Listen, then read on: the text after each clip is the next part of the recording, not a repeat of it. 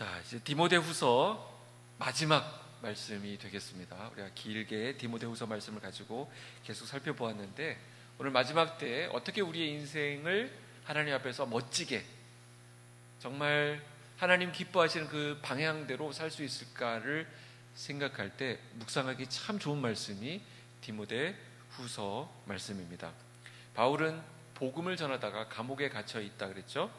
그래서 자기 대에 이 복음 사역이 끝나는 것이 아니라 이 사역이 계속 이어져야 되는데, 그래서 다음 후계자가 되는 디모데에게 편지를 보내고 자기의 마지막이 다가오고 있음을 직감하면서 난 이제 곧 순교를 당하게 될 건데 너 이거 꼭 기억했으면 좋겠다.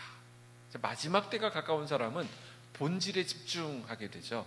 주변 것에 매이지 않게 되고 정말 무엇이 중요한지를 보게 되고 그 일을 위해서 마음을 두게 되는데, 오늘 디모데후서 전체 말씀을 통해서 바울이 가장 중요하게 생각했던 핵심 메시지는 복음을 지키는 자가 되어야 된다. 우리는 복음을 지키는 자이다 라는 것이었습니다.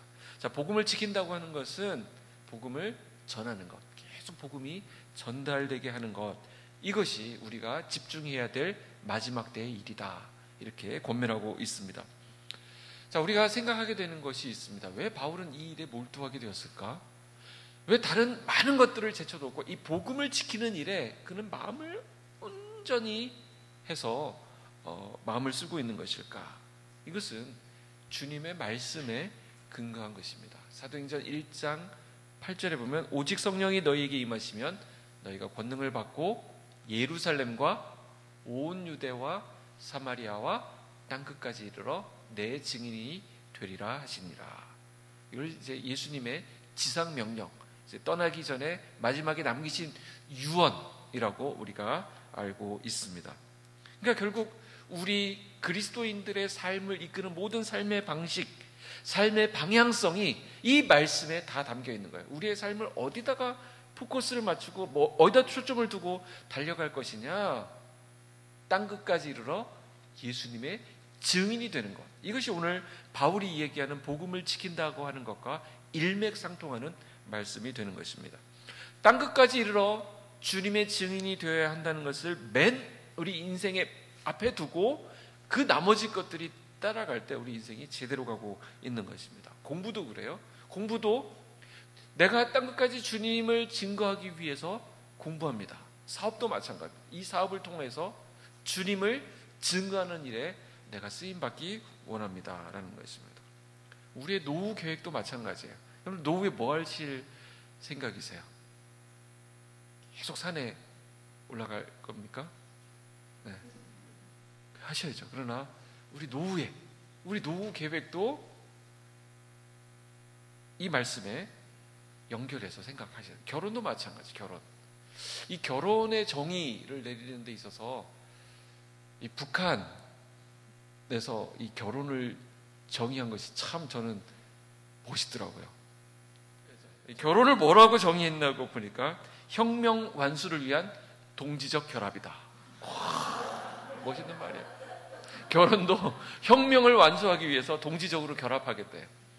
야, 우리가 복음을 지키는 자가 되기 위해서 결국 내가 누구랑 결혼할 것이냐, 또 결혼 생활을 어떻게 이루어갈 것이냐, 주님이 나에게 맡기신 사명을 감당하기 위해서 함께 마음을 합하고 함께 한 방향을 바라보면서 달려가는 것, 여기에 아름다운 결혼 생활이 주어지게 되는 것입니다. 바울은 이 목표에다가 자기의 모든 인생을 걸었습니다. 바울의 삶은 복음을 위한 삶이었어요. 그래서 사도행전이 바울 곁에서 끝까지 바울을 지켰던 누가에 의해서 기록되는데, 이 사도행전에서 끝나는 것이 아니라 사실 바울의 스토리는 디모데후서에서 끝나게 됩니다. 여기서 디모데후서까지 봐야 바울 스토리를 전체를 이해하게 됩니다. 오늘 이 디모데후서는 바울의 마지막 부분을 우리에게 보여주고 있는데, 여기서 우리는 바울이 마지막까지 몰두했던, 마지막까지 신경을 쓰고 집중했던 부분이 무엇인지를 살펴보게 됩니다. 바울의 선교 전략이라고 말할 수도 있겠죠. 자, 바울이 살았던 인생을 쭉 삶을 이렇게 돌이켜보면 바울은 이 주님의 지상명령 땅끝까지 이르러 내 증인이 되리라 하셨던 그 말씀을 정말 자신의 인생의 모토로 삼고 살아왔는데, 그러면 바울은 그런 삶을 살았기 때문에 그 인생은 정말 형통했느냐? 어떤 측면에서 봤을 때는, 인간적인 면에 봤을 때는 바울의 삶이 정말 형통하다고 말할 수 있을까? 저렇게 고생을 많이 했는데 옥에 갇히고 마지막엔 죽음까지 당하게 되는데, 지난 시간에 살펴보았듯이 바울은 또 배신도 당합니다. 바울 곁에 있던 사람들이 하나둘 떠나기도 해요. 이게 아이러니죠. 그러나 하나님은 우리 주변에 사람들을 이렇게 붙여주시다가도 또 때가 되면 사람들을 또 흩어버리세요. 재배치하시죠. 하나님이 인사권자이시기 때문에 때로는 내 주변에 야, 너하고 같이 일하는 사람에 인사하면서 잘 사이좋게 지내라 하시면서 붙여주신 사람들이 있지만, 또 때로는 여러 가지 형태로 배신처럼 보일 수도 있고, 아니면 갈등으로 싸워서 이렇게 의견이 안 맞아서 떠날 수도 있지만, 하나님은 또 사람들을 또 여러 곳으로 옮기십니다. 우리 스스로 상처받고 분노할 필요가 없다는 것이죠. 하나님이 그렇게 하십니다. 여기 있던 사람을 저쪽으로 보내기도 하시고, 함께 있던 사람들을 흩어 보내기도 하십니다.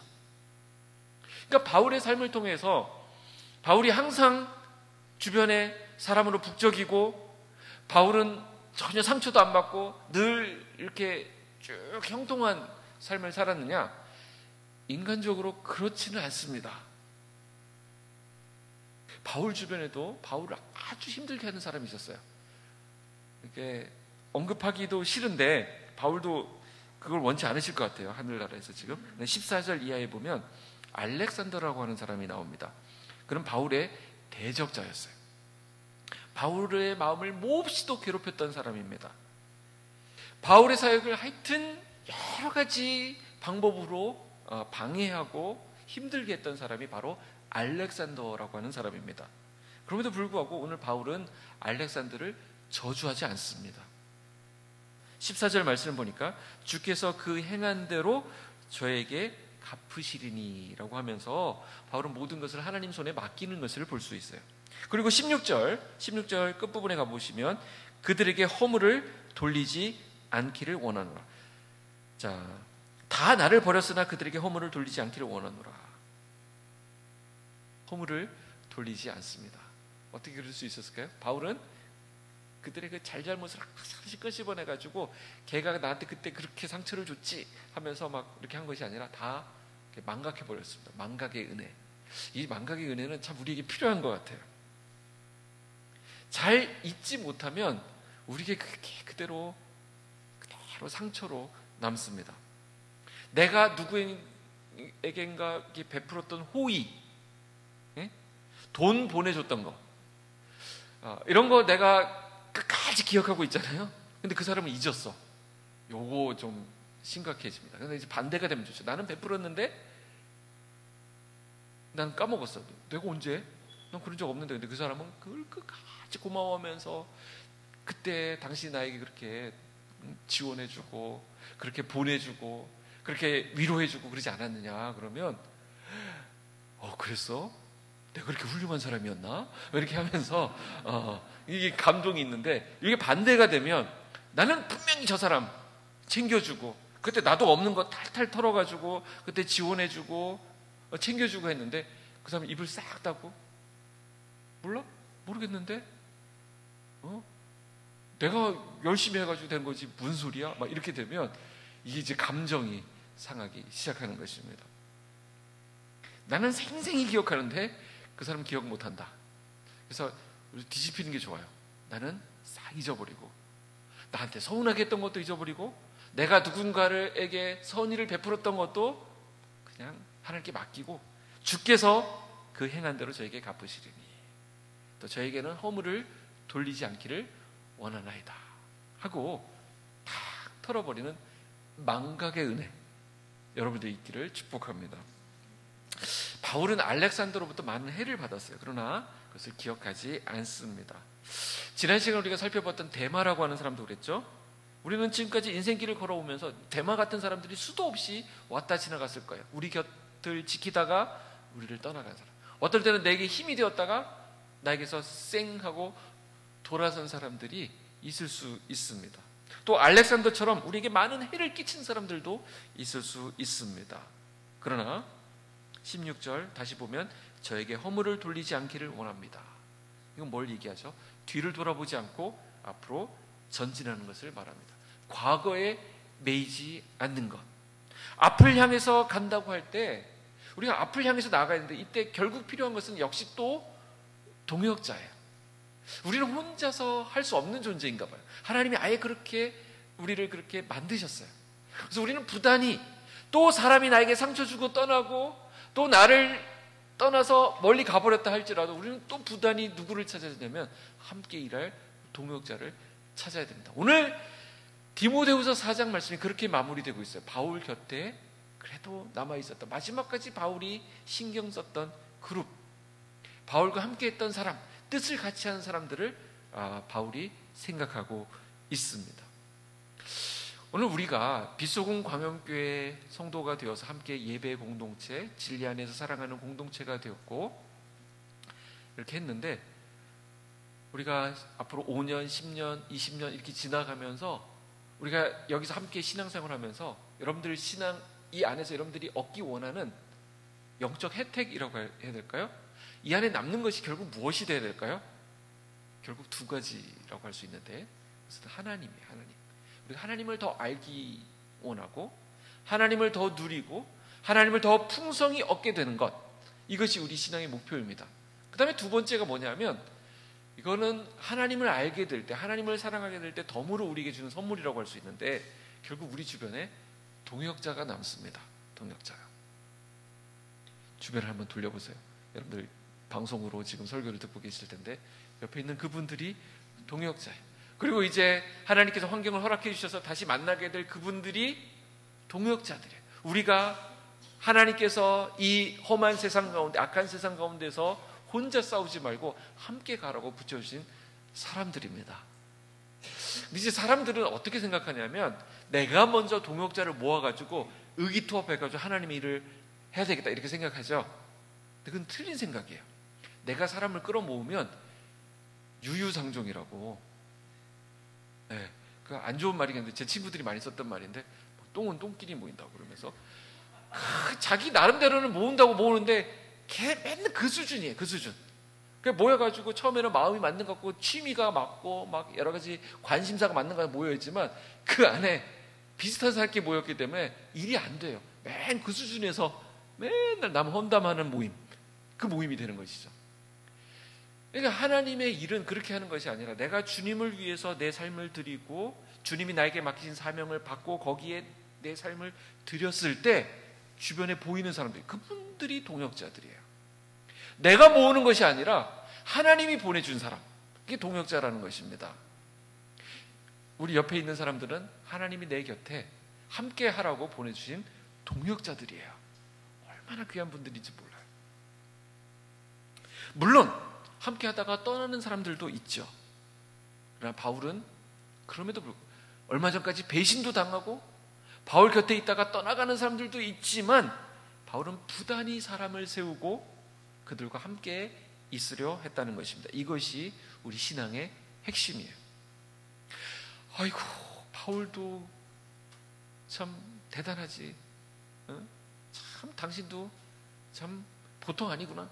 그 정도 당했으면, 그 정도 상처받았으면 이제는 사람 안 만나고 좀 혼자 하시오, 이렇게 말할 만도 한데 바울은 그렇지 않아요. 또 오늘 보니까 사람들을 불러 모으고 사람들을 찾고 사람들과 함께 하나님의 일들을 추구해 나가는 것을 볼 수 있습니다. 오늘 본문에 보니까 오늘 19절을 읽었죠. 19절부터 4장 전체에 여러 인물들이 나오는데 19절부터 특별히 마지막 인사를 하면서 언급하는 인물들이 있습니다. 여기 보면 브리스가와 아굴라, 그리고 오네시보로의 집에 문안하라, 이렇게 되어 있습니다. 자, 첫 번째 그룹은 브리스가와 아굴라. 성경에서는 브르스길라와 아굴라, 브르스길라의 줄임말이 브리스가입니다. 이 둘은 부부예요. 부부. 둘 중에 누가 남자일까요? 누가 남편일까요? 아빠니까 아굴라. 죄송해요. 어쨌든 아굴라가 남편입니다. 그리고 브리스가가 아내예요. 아내. 근데 항상 아내가 먼저 나오고 있죠. 사도행전 18장에 이 브리스가와 아굴라 부부에 대한 배경이 나와 있습니다. 바울이 고린도에 갔을 때 로마로부터 와서 오게 됐던 그 부부를 만나게 되는데, 이 두 부부는 바울과 생업이 같았어요. 텐트 메이커였어요. 천막을 만드는 일을 했기 때문에 한동안 같이 지냈습니다. 근데 이 부부가 성경 실력이 대단해요. 그래서 아볼로라고 하는 아주 탁월한 성경 강해도 하고 하나님의 말씀을 잘 전하는 사람이 있었는데, 아볼로가 귀한 일을 하지만 그에게 조금 부족한 부분을 조용히 집으로 불러가지고 이 부부가 같이 지내면서 이걸 교정해주고 또 온전하게 세워주는 그런 모습까지 보입니다. 그러니까 브리스가와 아굴라는 대단한 실력이라는 걸 알 수 있죠. 이 부부의 헌신에 대해서 사도 바울이 로마서 16장에서 언급한 부분이 있습니다. 거기를 한번 가서 보도록 할까요? 로마서 16장.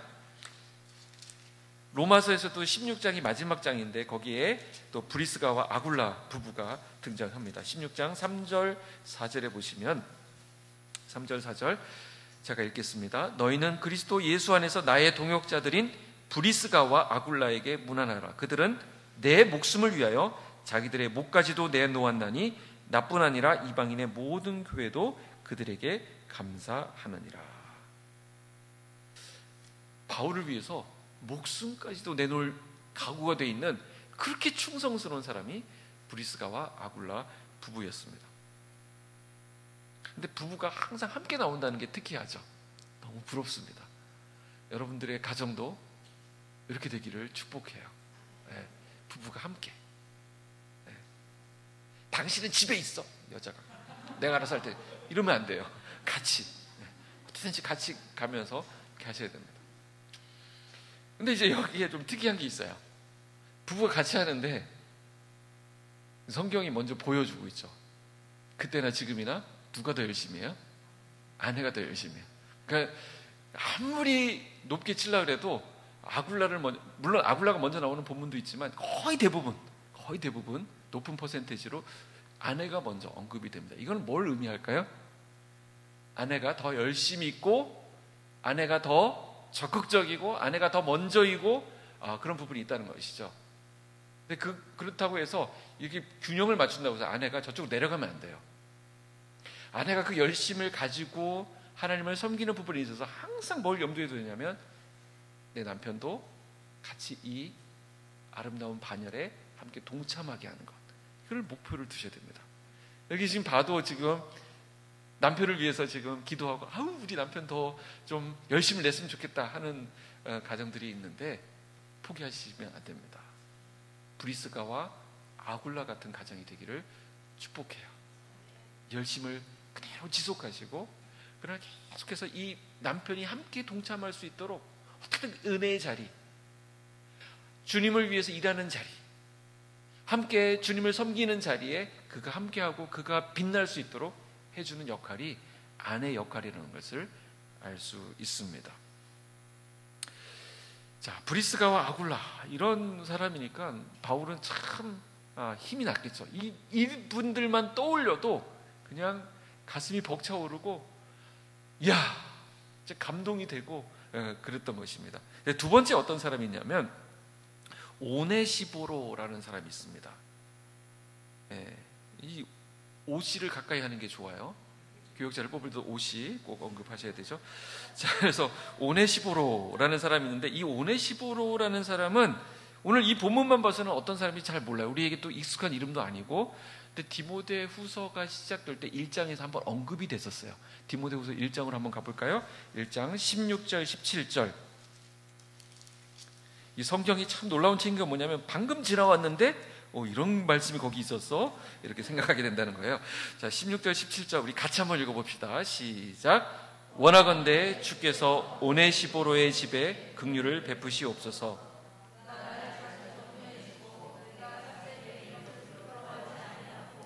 로마에 있을 때 나를 부지런히 찾아와 만났음이라.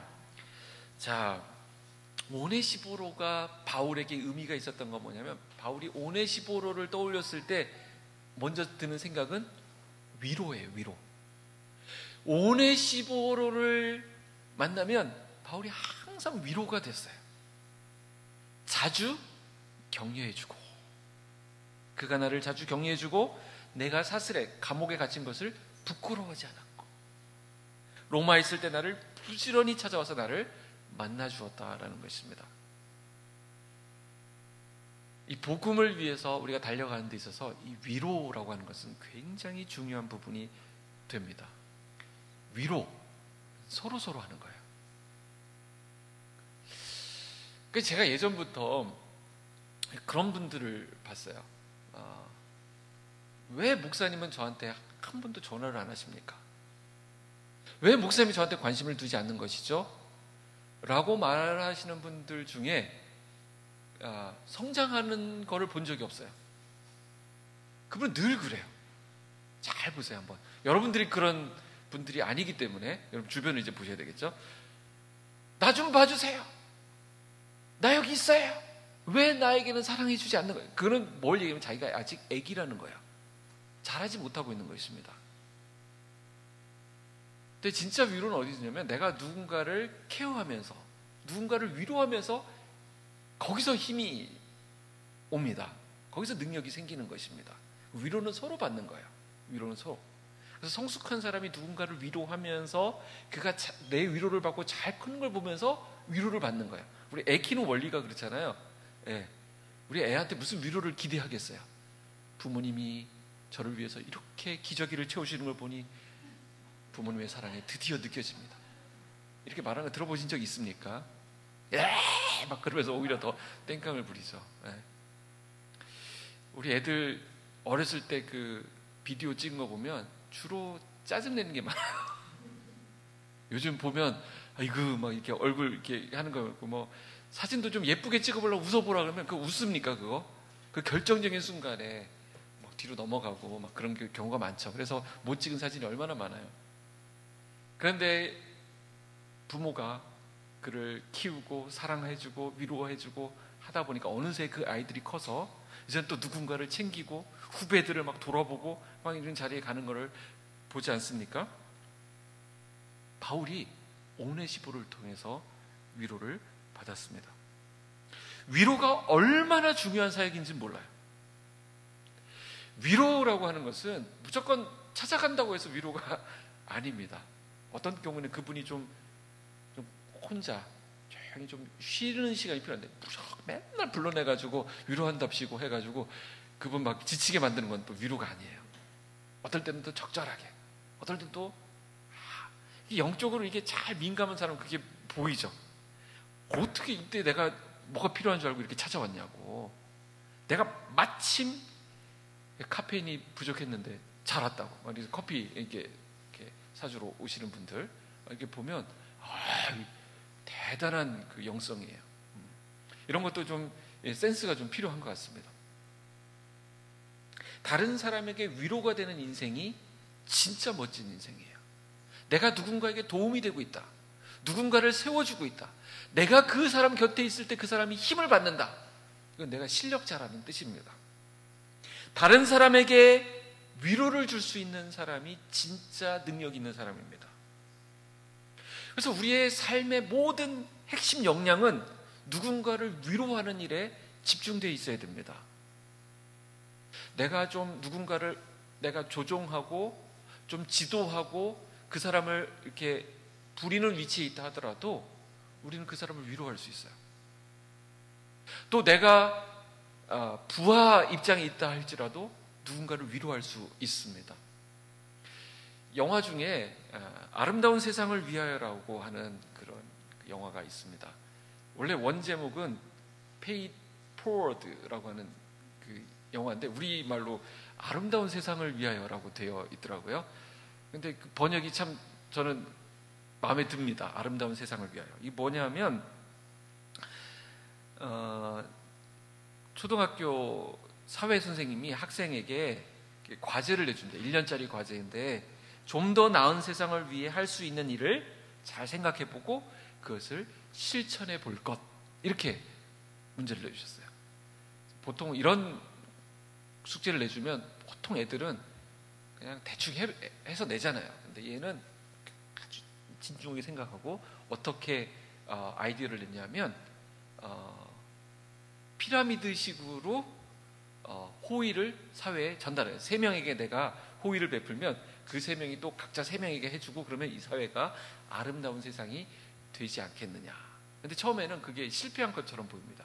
근데 나중에 보면 그게 퍼져가지고 무슨 나비 효과처럼 쫙 퍼져가지고 엄청난 일들이 일어나는 것을 영화를 통해서 우리에게 보여주죠.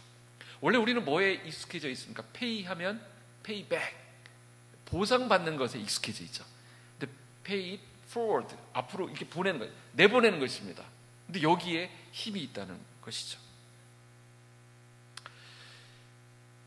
저는 여러분들이 큐티 하면서 말씀 보면서 예배 드리면서 말씀 적용을 하는데, 대부분의 말씀 적용은 누군가를 위로하는 것으로, 내가 위로받는 것으로 적용하는 것이 아니라 누군가를 위로하는 쪽으로 가게 되면 그 말씀 적용 잘한 거예요. 대부분의 말씀이 그쪽으로 연결될걸요. 내가 지금 힘듭니다. 나를 좀 위로해 주십시오. 나를 좀 공동체가 신경 써줬으면 좋겠습니다. 라는 것은 아주 어린아이 수준입니다. 잘할 수가 없어요. 그러나 내가 지금 돌봐야 될 사람이 누구인가? 지금 바울은 감옥에 있잖아요. 감옥에서 지금 누가 누구를 돌봅니까? 근데 바울은 지금 계속해서 누구를 무난하라라고 얘기하고 있죠. 그러면서 감옥 안에서 사람과 사람을 연결시키고 공동체를 공고히 하고 그들을 격려하고 위로하는 일들을 하고 있습니다. 이게 성숙한 사람들의 모습이에요. 오늘 여러분들이 오늘 말씀 다 잊어먹더라도 딱 하나 기억했으면 좋겠어요. 내가 누군가를 위로하는 위로자가 되어야 되겠다. 전화 한 번을 하더라도, 같은 말을 하더라도.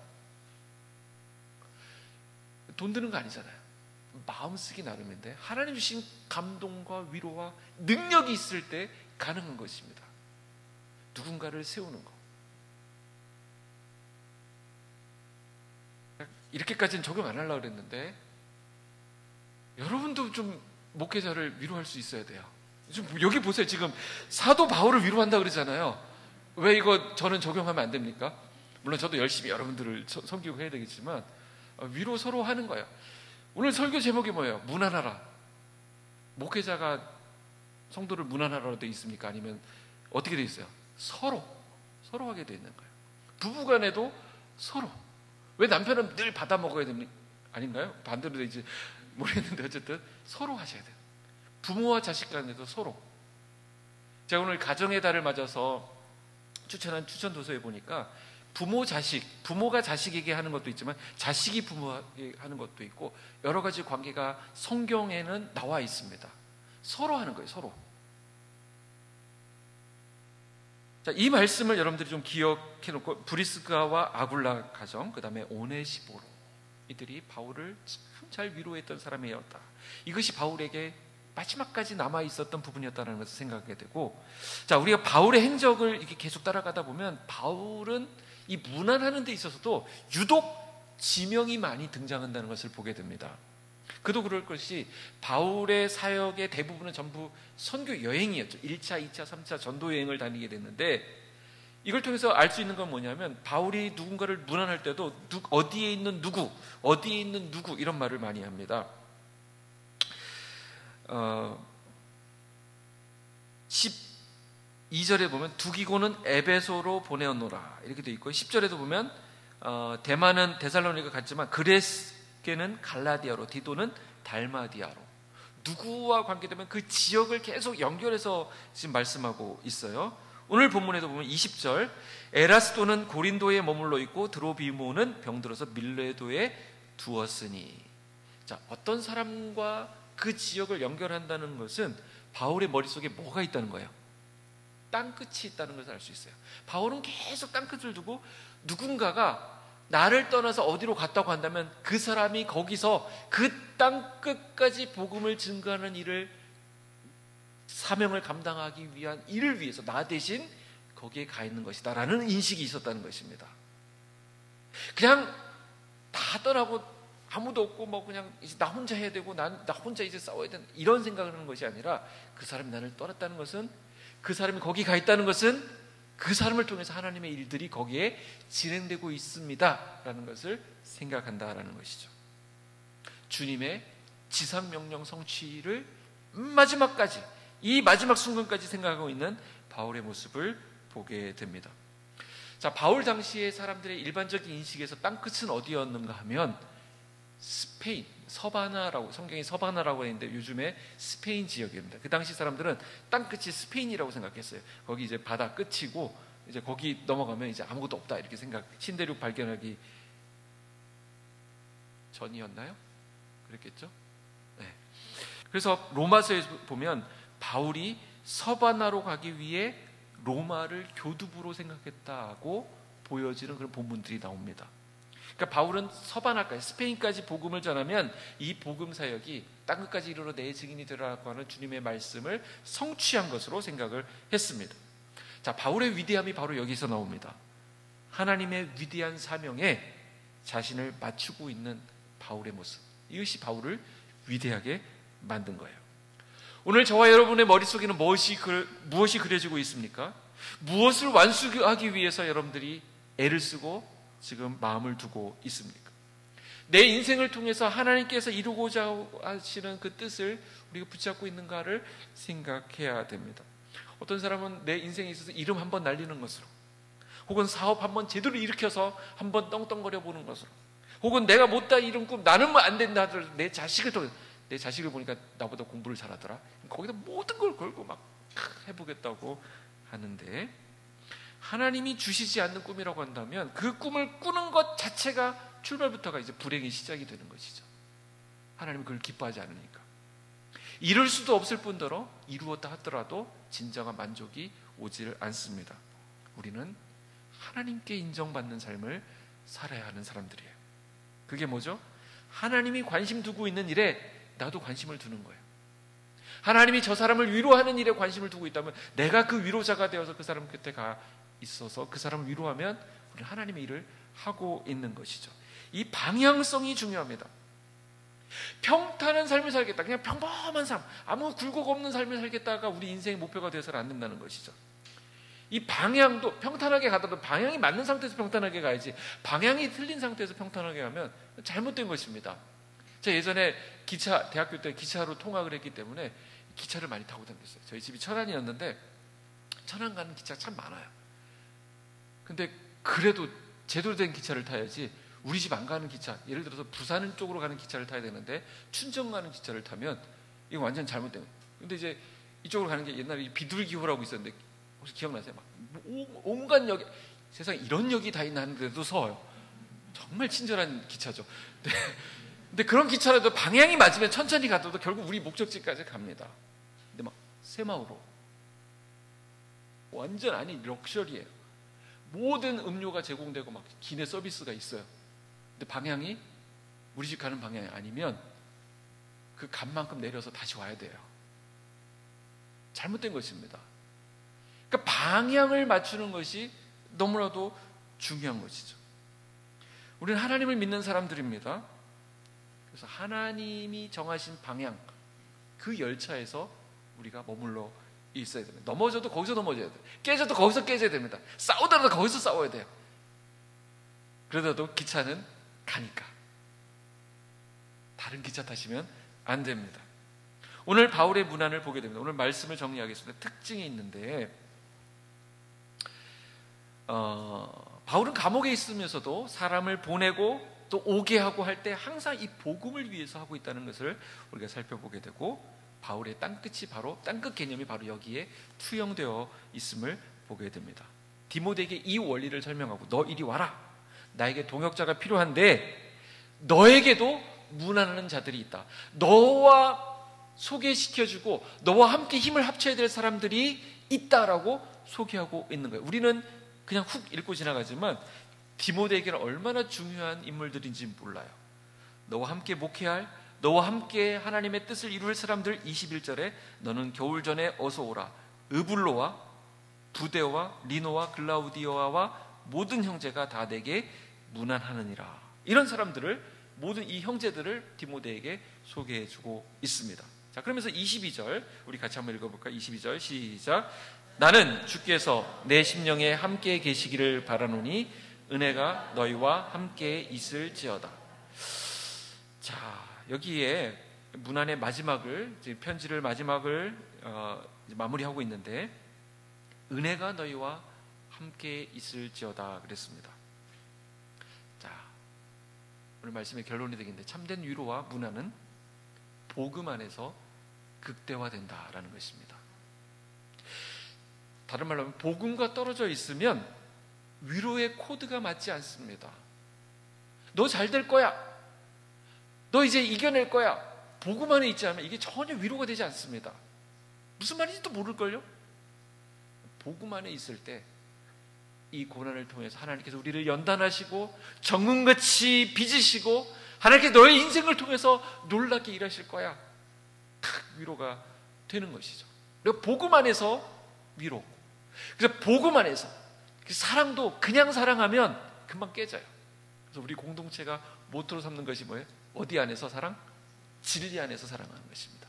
복음 안에서, 진리 안에서 우리가 사랑할 때 그 사랑이 진정한 사랑이고 오래가는 사랑이 되는 것입니다.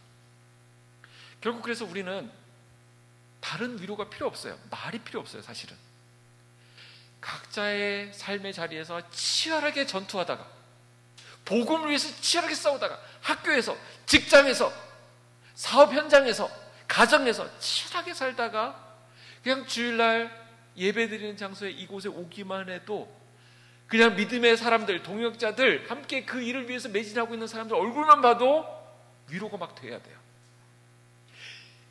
그냥 오늘 묵도하심을 예배드리면서 피아노 반주가 딱 나와도 그냥 눈물이 왈칵 쏟아지고 위로가 돼야 돼요. 왜 목사님 이번 주에 저한테 전화 안 하셨어요? 이게 벌써 이게 말이 안 통하고 있는 거예요.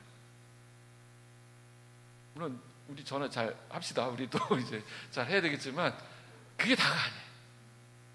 우리가 무엇을 위해서 지금 애쓰고 있었느냐, 누구를 바라보고 있었느냐, 내 관심사가 하나님이 나에게 맡기신 사명, 그 말씀이 어떻게 내 삶 가운데 진행되고 있었느냐가 위로의 크기를 결정합니다. 주님을 위해서 분투하고 있었던 사람, 이 예배 자체로 그냥 위로가 끝나는 거예요. 말씀 들으면서 그 말씀이 나를 그냥 위로하는 것입니다. 하나님을 찬양하면서 함께 성도와 교제하면서 이 안에서 끝나는 거예요. 여기서 힘 딱 받고 돌아가는 거예요. 그렇지 않으면 은혜가 메말라 있고 방향을 못 잡고 있는 사람은 위로거리들이 막 여기 막 널려 있는데도 못 찾아 먹습니다. 위로가 없다. 이 공동체는 대체 사랑이 없다. 도대체 목사님 눈빛이 사랑의 눈빛이 아니라 그러면서 가는 거예요. 아니 이게 어때서 이런 눈빛이? 서로 위로를 받으셔야 돼요. 정말 위로 덩어리들이 지금 돌아다니고 있는데 여기서 위로를 받으셔야죠. 참된 위로와 참된 문화는 복음 안에서 극대화된다. 결국 우리는 어디서 위로를 받을 수 있습니까? 복음 안에서, 진리 안에서, 진리 가운데 거할 때 하나님 주신 여러 가지 장치들을 못 찾아 먹는 것은 내가 진리 안에 거하지 않고 있는 것이죠. 참된 위로를 하나님 말씀 가운데서 이 공동체 안에서 풍성히 누리는 은혜가 있기를 주님 이름으로 축복합니다. 기도하겠습니다.